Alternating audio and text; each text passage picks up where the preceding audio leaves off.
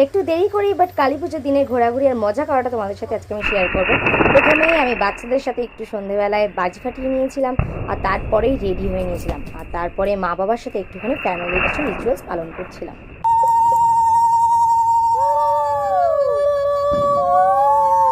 আসলে এই রিচুয়ালসটার মিনিং হলো 14 পুরুষকে প্রণাম জানিয়ে 14টা প্রদীপ জ্বালাতে হয়, আর আমি সেটাই করছিলাম। আর আমিও কিছু মোমবাতি লাগিয়ে নিয়েছিলাম আমাদের বাড়ির চারপাশে। সারা বছর তো জানি না, বাট এই কালী পুজোর দিনটাতে এত আলস দিয়ে সাজিয়ে আমার বাড়িটাকে বেশ সুন্দর লাগে।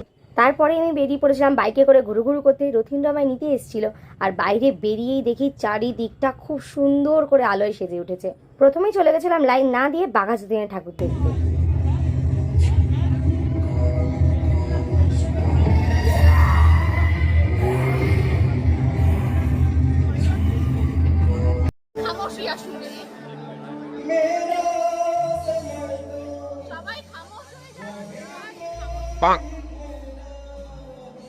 This is called reputation.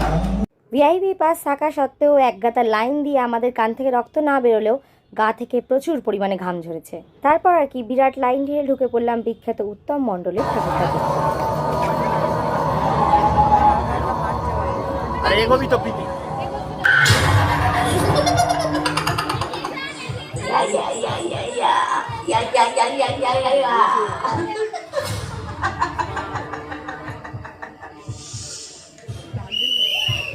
তুমি তো আমাকেই খিচে মেরে ফেলবে দাদা।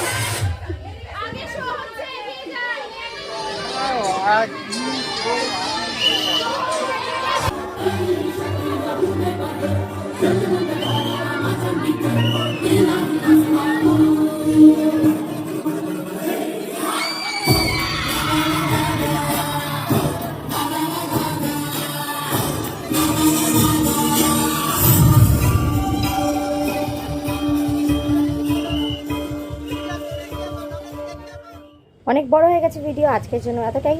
ডে 2টা দেখাবো পরের ভিডিওতে।